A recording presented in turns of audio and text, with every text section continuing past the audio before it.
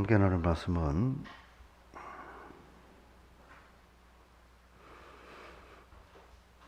사도행전 11장 11절에서 18절 말씀입니다.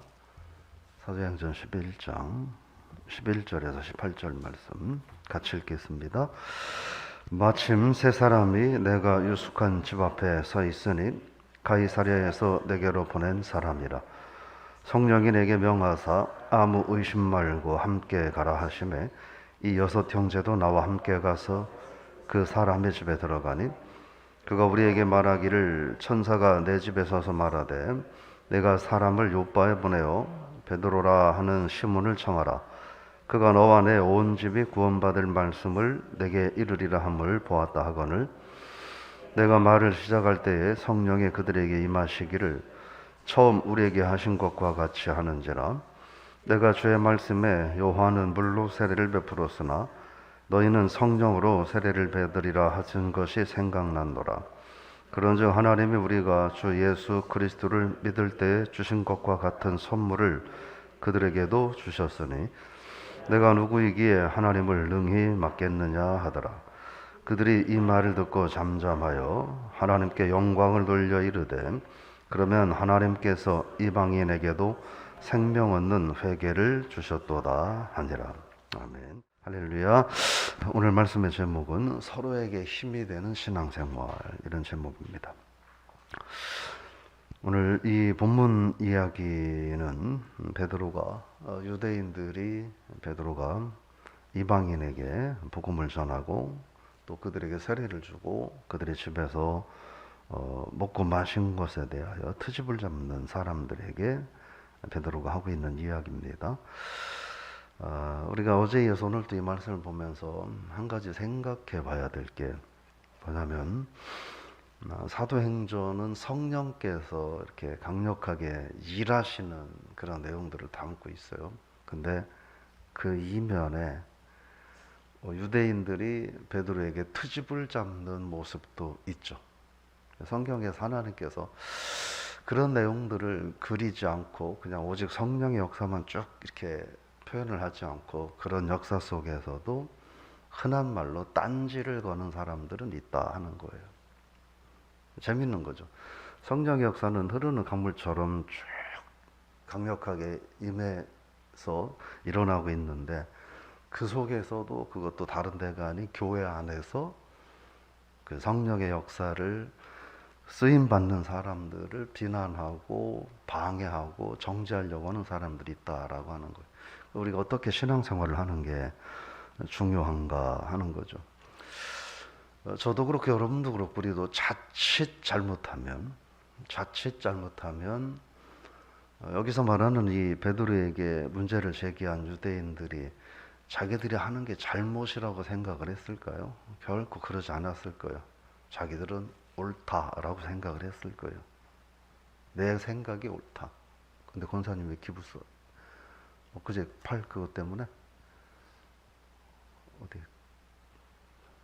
그러셔요? 지금 보니까 기부 싸셨네? 잠깐 넘어졌다고 하시더니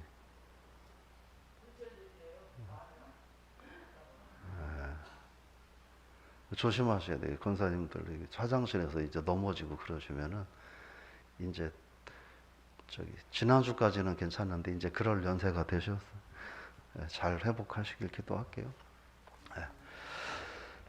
그 성령의 역사는 강력하게 일어나는데 그 역사에 이렇게 트집을 잡는 사람들이 있어요. 근데 그 사람들이 우리가 지금 성령의 역사에 방해하는 사람들이야 라고 하는 걸 모르고 그런다는, 다 내 생각이 옳고 내가 갖고 있는 가치관이 맞고 내 경험이 옳고, 그런데 그 입장에서만 보면 그런데 좀 한 발자국 뒤로 떨어져서 조금 큰 틀로 바라보면 이 베드로에게 지금 베드로를 거의 정죄하려고 하는 이 사람들은 성령의 강력한 역사를 방해하는 사람들이라는.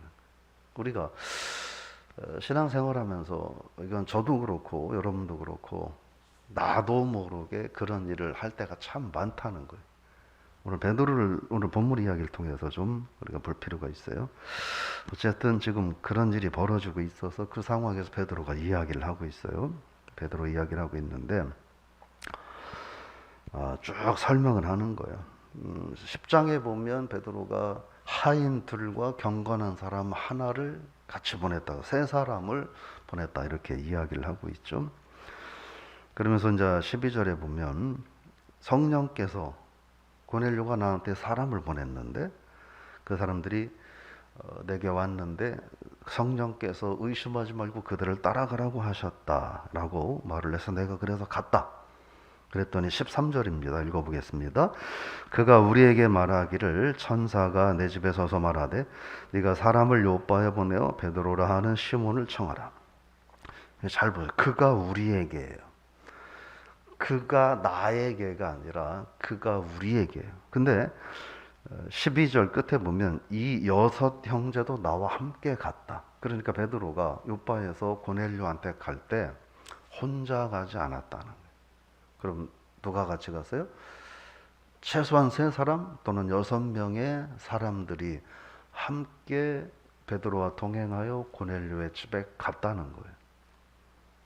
그래서 여기서 베드로가 굳이 이 여러 사람이라고 표현하는 것은 만약 베드로가 혼자 이야기하면 사람을 안 믿고 의심하고 비난하기로 작정한 사람들은 특징이 뭐예요? 그 사람이 진실을 말해도 사실을 얘기해도 속내를 다 얘기해도 안 받아들이고 안 믿으려고 그러죠. 예. 너 혼자 얘기야. 우리가 어떻게 믿어라고 하면서 못 믿겠다고 또 공격할 거예요. 베드로가 그래서 당신들이 보는 이 6사람들도 나와 같이 갔었다. 근데 이 6사람들도 고넬료가 하는 이야기를 들었다. 내가 그 얘기를 지금 하는 거다. 이렇게 말을 하고 있는 거예요. 고넬료가 한 말이 사실이다라고 하는 걸 이 6사람들의 동행인들을 통하여 신뢰성을 주고자 하는 거예요. 여기서 우리가 기억해야 될 건 고넬료와 베드로와 동행했던 6명의 사람들도 아마 오순절 마가 다락방에서 성령의 은혜를 체험한 사람들이었을 것이다 라고 저는 봐요. 성령의 은혜를 같이 체험한 사람들이 성령의 역사에 쓰임받는 도구가 돼서 같이 간 거예요. 이 6명이 뭘 했겠어요? 그냥 베드로가 주도적으로 했겠죠. 근데 이 6명이 베드로와 함께 함으로 인하여 무엇이 있었느냐? 베드로가 사역의 위기에 처할 때 베드로가 든든하고 안전하게 사역할 수 있는 원동력이 됐다는 거예요. 신앙생활이 뭐냐라고 하는 거죠.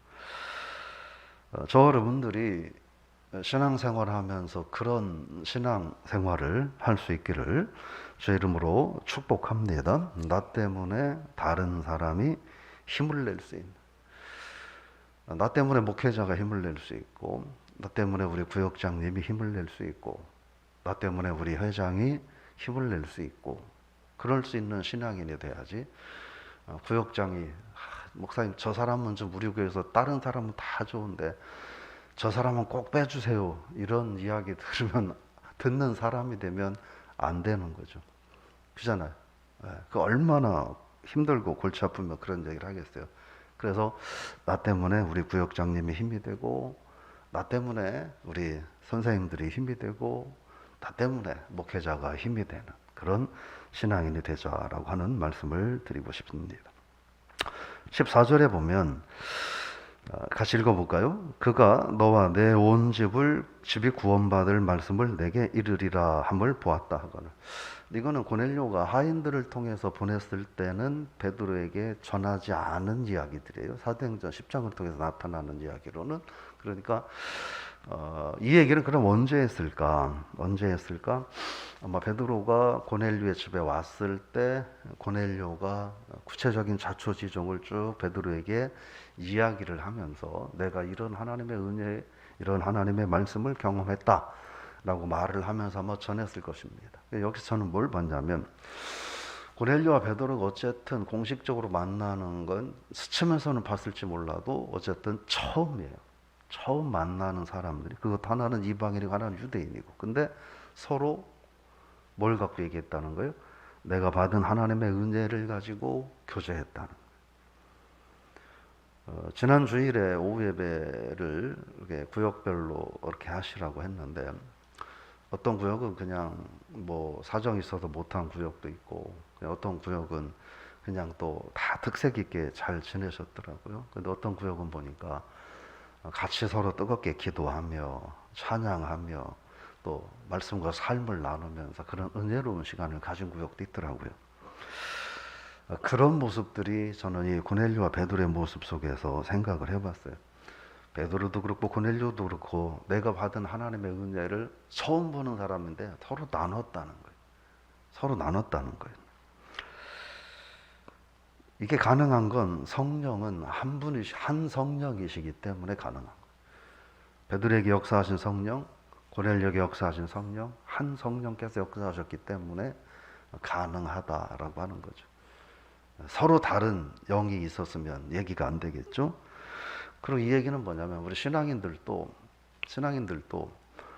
한 성령께서 우리와 함께 하시기 때문에 내가 그 성령을 통해 받은 바 은혜를 구역에서 나눌 수 있어야 되는 거예요. 구역 모임을 아주 불편해하고 번거로워하고 이러는데 그건 참 잘못된 생각들, 지나치게 이기적인 생각들이라고 말할 수 있고 믿음이 있는 것 같지만 믿음 없는 행위들이라고 말할 수도 있을지도 몰라요. 특별히 또 뭐 구역장님들은 부담을 가지고 구역원들과 기도하면서 또 하나님께 내게 주신 은혜, 그런 것들을 좀 잘 나누는 구역이 그런 구역이 돼야 서로 이 구역 모임에 가서 기도하고 서로 말씀 나누고 내게 쌓여 있었던 이런저런 어려운 것들을 내놓고 같이 기도하고 그 위로가 되고 힘이 되면 어디 가서 영화 한 편 보려고 그렇게 해서 가는 것보다 구역 모임 하는 거를 즐거워할 텐데 그렇지 않으니까 그냥 구역 모임이 불편하고 가기 싫고 이런 모임이 되지 않을까 싶은데, 그래서 서로 하나님의 말씀과 내가 받은 은혜를 깊이 나누고 기도하는 이런 성도의 교제가 필요하다. 그게 서로가 서로에게 힘이 되는 거다. 이런 말씀을 좀 생각을 해봤습니다. 그러면서 이제 15절은 그런 얘기를 하는 거예요. 내가 말을 시작할 때 베드로가 설교를 하고 있는 중에 성령이 고넬료 집에도 임했습니다. 근데 뭐라고 말하냐면 처음 우리에게 임하신 것 같이 성령이 임했다. 그 얘기는 너희들도 우리가 마가다락방에서 성령의 임재를 경험하지 않았냐. 저는 그래서 이 베드로에게 문제 제기를 하는 사람들이 오순절 마가다락방의 120명 가운데 일부였을 수도 있겠다 이 생각을 하는 거예요. 베드로의 이 말을 통해서 우리 마가다락방에 있을 때 성령이 임하시지 않았냐. 근데 내가 고넬료의 집에 가서 설교하는데 그때 성령이 그때 우리에게 임한 거와 똑같이 거기서도 역사하셨다. 이렇게 말을 하고 있는 것을 볼 수 있습니다. 마가다락방에 성령이 임함으로 이제 예루살렘으로부터 시작해서 유대와 사마리아 지역으로 복음이 계속 확산되어 가고 있는 중이고 지금 그 성령이 다시 또 고넬료의 가정에 임하심으로 고넬료가 그들은 이방인이잖아요. 그리고 그들이 이 유대에서만 살겠어요. 다시 또 파견이 끝나면 로마로 돌아가겠죠. 그러면 그들을 통해서 또 땅 끝까지 복음이 증거되는 역사가 일어나게 된다 하는 걸 우리는 볼 수 있어요. 그래서 잘 보셔야 돼요. 누가 뭐라고 흔한 말로 지지고 볶든 성령은 당신이 하실 일을 다 하고 계시다는 거예요. 누가 뭘 어쩌고 하든 성령은 당신이 하겠다고 하는 일을 계속 지속적으로 해나가고 있다는 거예요. 땅 끝까지 복음을 증거하게 하리라 하신 말씀 이루기 위해서 사람들은 네가 옳으니 뭐가 잘못됐니 뭐 별의별 이야기들 다 하고 있지만 성령은 그거와 아무 무관하게 성령께서는 차곡차곡 그가 하실 일을 이루어 나가고 있다라고 하는 거예요. 그러면서 베드로가 하는 이야기가 있어요. 뭐라고 말하냐면 16절입니다. 읽어보겠습니다. 내가 주의 말씀에 요한은 물로 세례를 베풀었으나 너희는 성령으로 세례를 받으리라 하신 것이 생각나노라. 베드로가 지금 얘기를 하는 거예요. 너 왜 유대인이 이방인 만나가지고 그 사람들에게 설교하고 복음 전하고 세례주고 같이 밥 먹었어? 너 잘못된 거야 라고 말하는 사람들에게 지금 그 얘기를 하는 거예요. 니들도 성령 임하는 자리에 있었지? 근데 그때 그 성령이 거기서도 똑같이 마셨어. 거기서 똑같이 역사하셨어. 이거는 뭐냐? 성령의 역사야. 내가 하나님께서 주님께서 우리에게 하셨던 약속, 그 약속이 나는 그때 생각났어. 라고 이야기를 하는 거예요. 이 말은 우회적으로 사실은 그들을 책망하고 혼내는 거예요. 네 생각만 하고 함부로 말하지 마. 주님이 약속하시고 말씀하신 대로 일을 이루고 계신 거야. 너의 좁은 생각과 가치관, 너가 갖고 있는 작은 사고방식들이 다 옳다고 함부로 얘기하지 마. 그러면서 베드로가 뭐라고 말해요? 그 17절 한번 읽어보겠습니다.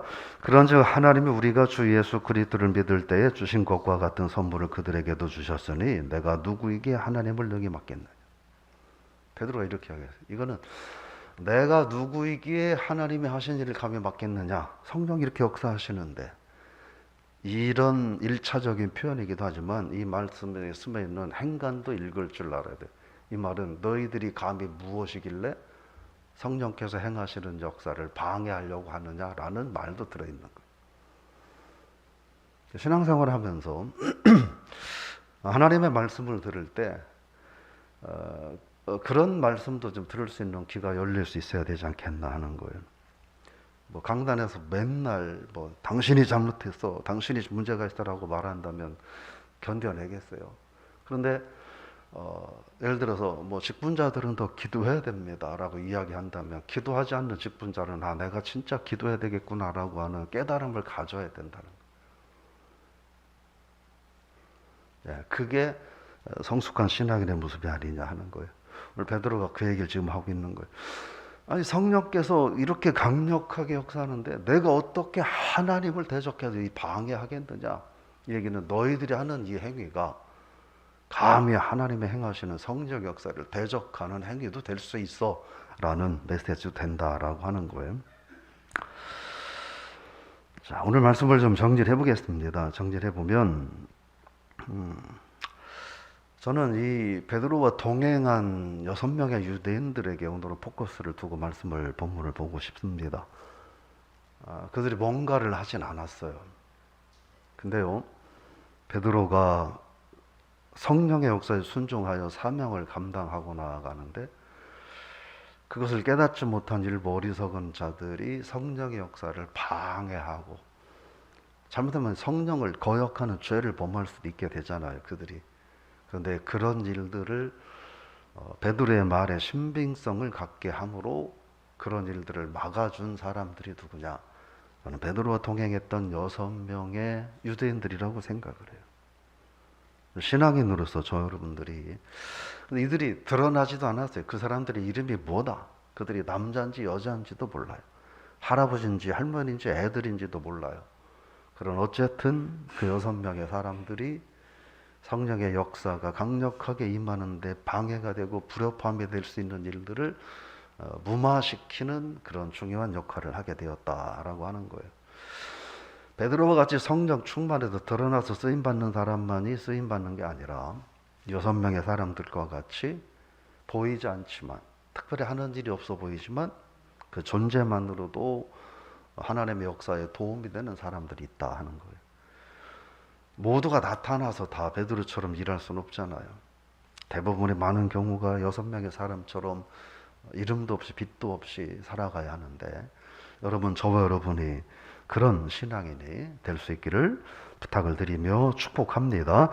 또 하나는 어쩌면 같이 성령의 은혜를 경험했음에도 불구하고 내가 갖고 있는 생각, 내가 갖고 있는 사고방식, 이것 때문에 이미 성령의 은혜를 경험했음에도 불구하고 자칫 교회의 골칫거리로 전락해버릴 뻔했던 이 보이지 않는 이 사람들의 모습도 바라보면서 우리가 하나님 은혜 안에서 어떻게 믿음 생활을 해야 할까 좀 잘, 저도 그렇고 여러분도 그렇고 우리가 신앙생활을 어떻게 해야 될까 고민하는 오늘 하루가 될 수 있기를 부탁을 드리며 축복합니다.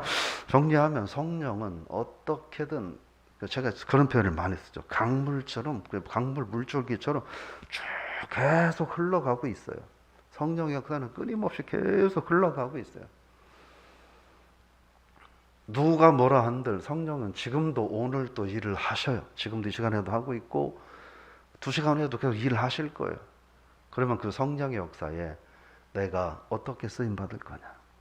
늘 말씀드리지만 기왕이면 기둥으로, 채찍이 아니라 기둥으로, 또 방해물이 아니라 디딤돌로 쓰임 받는 성도들이 되시기를 바랍니다. 그게 서로에게 힘이 되고 격려가 되는 삶이 될 수 있다 하는 거예요. 오늘 하루 저 여러분들이 그런 신앙인 되실 수 있기를, 또 우리 교회가 하나님의 역사에 디딤돌이 되고 하나님의 역사의 기둥이 되는 교회, 또 모두 성도들 되시기를 주의 이름으로 부탁을 드리며 축복합니다. 하나님 아버지, 오늘 우리가 사도행전 11장 말씀을 통하여 서로에게 힘이 되는 신앙인이 되어야 된다 하는 주제로 말씀을 잠시 나눴습니다. 성령의 역사는 강력하게 임재되어 역사는 진행되고 있는데, 부분적으로 성령의 은혜를 경험한 사람들이었을 것 같은데 그들이 성령의 역사의 방해거리들로 전락될 뻔한 본문의 이야기들을 살펴보며, 그런데 말하지 않고 묵묵하게 베드로와 동행했던 6명의 성도들로 인하여 베드로의 말에 신빙성이 더해지고, 그러므로 성령의 역사가 방해되지 않고 교회가 어려움에 처하지 않고 잘 성령의 사명을 감당하게 되는 모습들을 바라보면, 하나님, 우리들도 우리가 서로에게, 이웃에게 격려가 되고 위로가 되는 신앙인으로 살아가게 하여 주옵소서. 믿음 있는 성도에게 내가 위로가 되는 신앙인이 되게 하시고, 우리 구역장에게 내가 힘이 되는 신앙인이 되게 하시고, 또 주의 종들에게 힘이 되는 그런 신앙인으로 살아가게 하여 주시옵소서. 성령 역사는 강력하게 지금도 이루어짐을 기억하고, 근데 그 속에서 성령 역사를 거역하는 자, 방해하는 자, 분노하고 손가락질하며 회방하는 자들도 있고, 하나님의 성령의 도구로 묵묵하게 쓰임받는 이들도 있고, 베드로처럼 드러나서 하나님의 역사에 쓰임받는 이들도 있다는 것을 기억하고, 오늘 우리가 기왕이면 힘이 되고 위로가 되고 용기가 되는 신앙인, 신앙생활 되게 하여 주옵소서. 우리 또 김금자 권사님 팔을 골절이 되셨는데, 하나님, 우리 권사님 또 무더위 가운데 많이 불편하실 텐데 이런 시간 안에 잘 또 회복될 수 있도록 도와주시고, 다른 모든 성도님들에게도 건강과 평강의 은혜로 함께하여 주옵소서. 예수님의 이름으로 기도드리옵나이다. 아멘.